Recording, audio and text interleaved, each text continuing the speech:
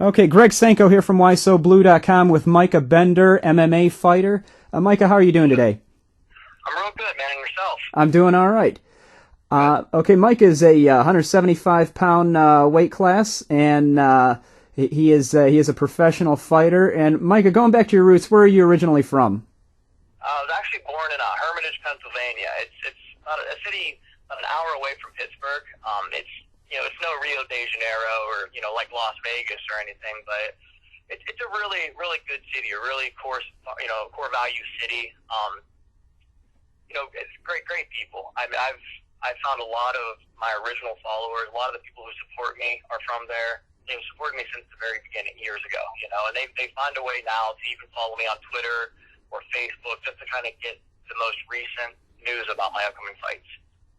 Okay, all right. And now, did you spend most of your life growing up in that region near Pittsburgh?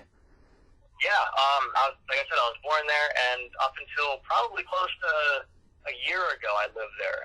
I currently live right outside of Youngstown now with my fiance, but up until then, I was a born and bred Hermitage boy. All right. And what drew you to your first experience with martial arts?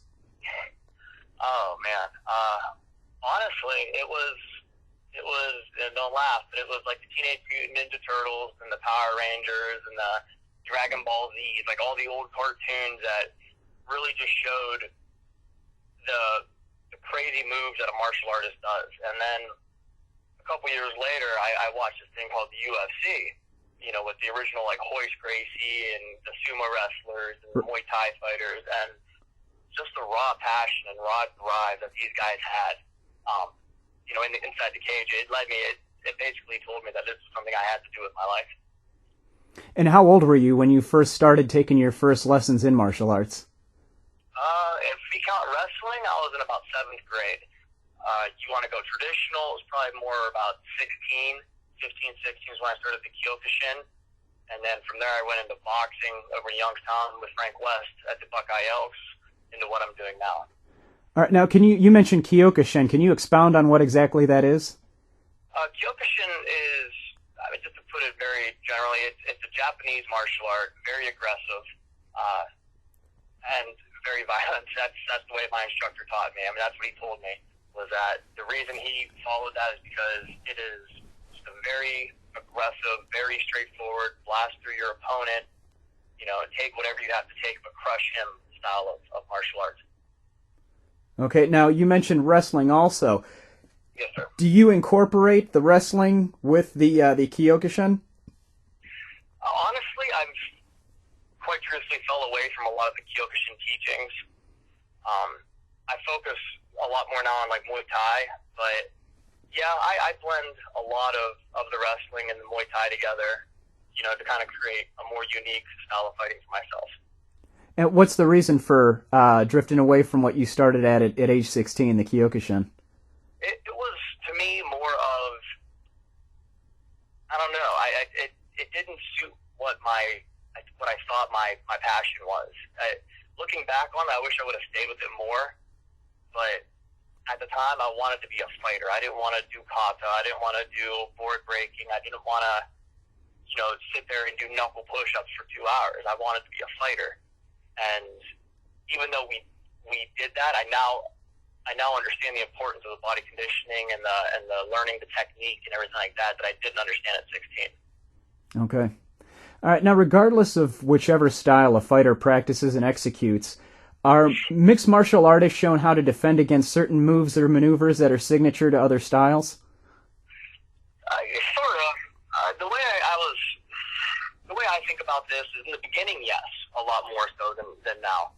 In the beginning, jiu-jitsu guy had to know how to at least get through a boxer's hands to get him to the ground.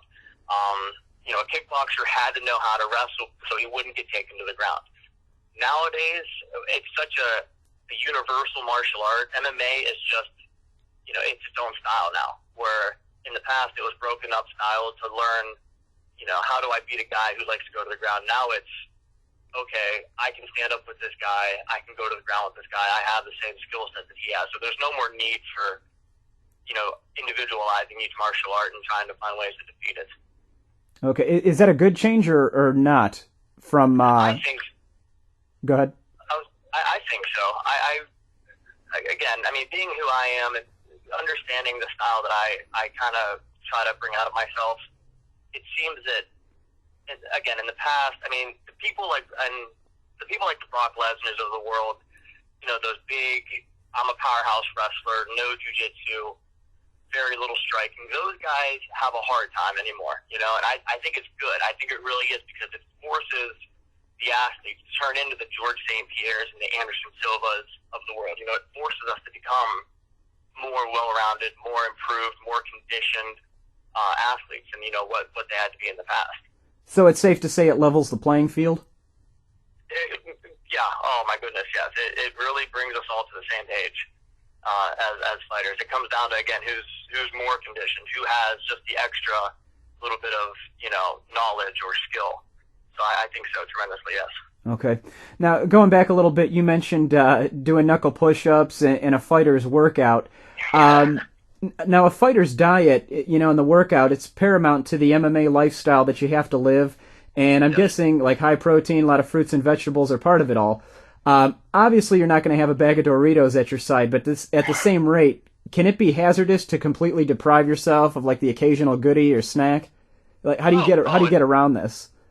It really could be. I mean, the thing is, we are all human, and we like to have those little breaks, Like, I know personally, I've tried the Hollywood diets. I've tried the low-carb Atkins diet. I've tried the high-protein, let's get big, fast diets. And I found that what works best for me is a man named Ori Hofmeckler coined the warrior diet. And the idea is you eat like the ancient Roman soldiers used to.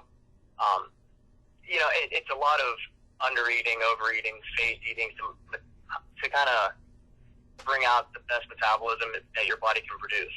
And I don't know.